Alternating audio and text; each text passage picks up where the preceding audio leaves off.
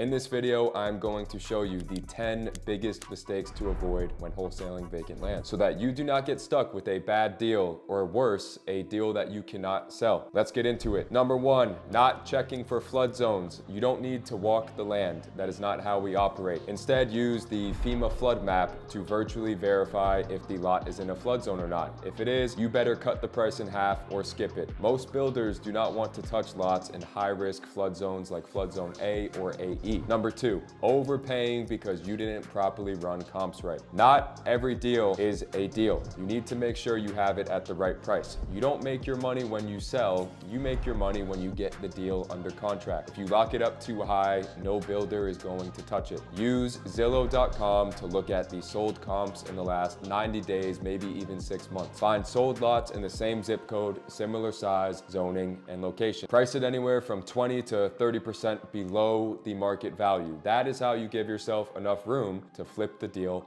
and leave profit on the table for yourself and the builder. Number three, not checking zoning or buildability. Before you get a piece of land under contract, you need to check and see what zoning it is in. Make sure it is residential and that it is actually buildable. As far as zoning, you want to look for R1, R2, or R3. Anything else like commercial, a builder will not take. Any setbacks, easements, utility restrictions, if the zoning does not allow for a single family home, builders won't touch it. Don't just assume, actually verify by checking the zoning. Number four, make sure the lot is on a good road, please. No main roads, no crappy houses around it. If you are looking for a lot and you're going to flip it to a builder, they want to see a nice area and nice houses around it. So check, it's not on a main busy road with a lot of traffic, that it's actually a nice lot in a nice neighborhood where you can build a house on it and have a good chance at getting the house sold. Don't flip mystery parcels, okay?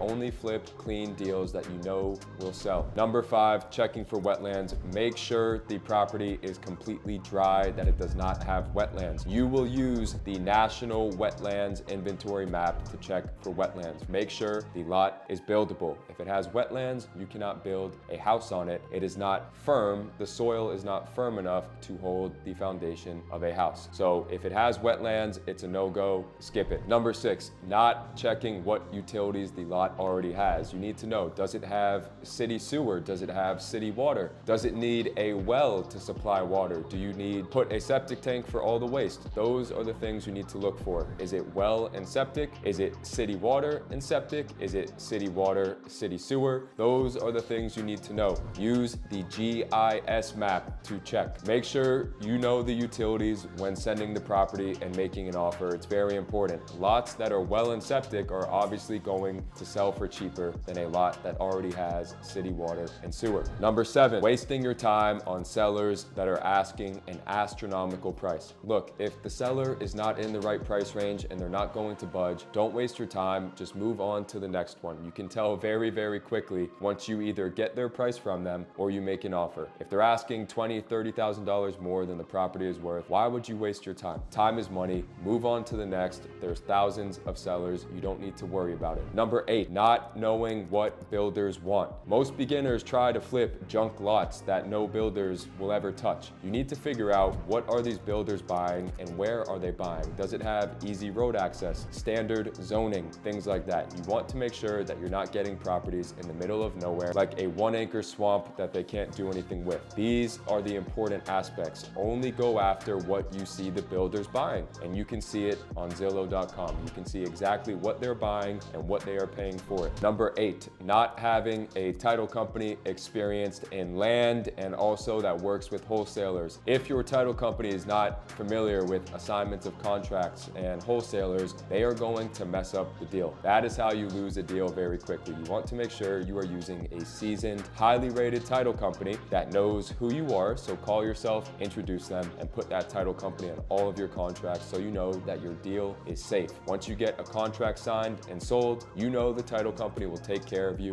and make sure it closes and that you get paid. Number 9, obviously having no clue where to start. Before you just jump in, please watch a couple videos, do a little bit of research, actually spend time on research before you just start. If you just start without knowing anything, you're gonna make mistakes, you're not gonna make any progress, which leads to you just giving up in the end. Make sure you watch some videos. Make sure you understand the process from A to Z, because if you do not understand the process and if you don't do your research, you're not gonna get anywhere. When you're speaking to sellers, you're not gonna know what to offer, you're not going to know what to say. Just make sure you have your ducks in a row before you actually get started, so that all the time and hours and money that you put in is efficient and that it generates deals for you. Number 10, this is literally what saved my wholesale real estate business. Whether you like it or not, there are people out there that know a lot more than you and that make a lot more money than you and that have done 300, 400 deals. So having someone that can actually guide you and point you in the right direction so that you don't waste 3 to 6 months of trial and error, mistakes, and wasting money, this is what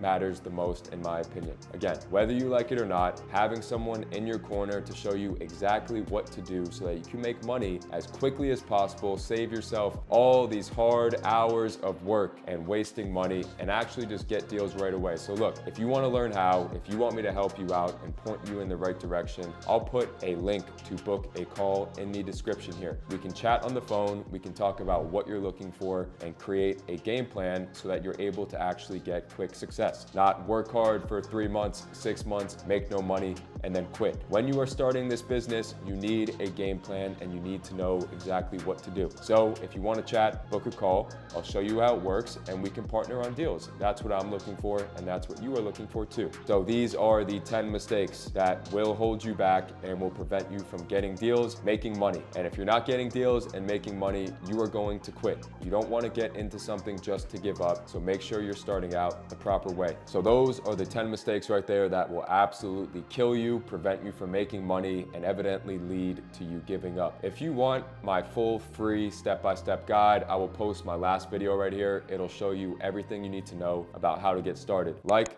comment, subscribe. Let me know in the comments what you want to see next. Peace.